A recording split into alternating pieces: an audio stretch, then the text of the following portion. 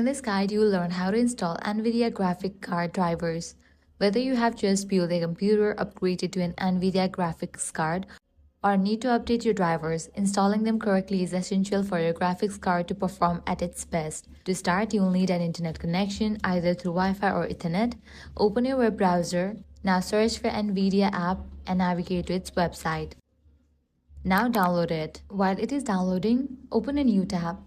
Now search for NVIDIA graphics card drivers on your browser, then go to its official website. You'll need to select your products such as GeForce and then enter the model of your graphics card. If you're unsure, open Device Manager, expand Display Adapters and note your graphics card model. Once you know your card, select the operating system and download the drivers.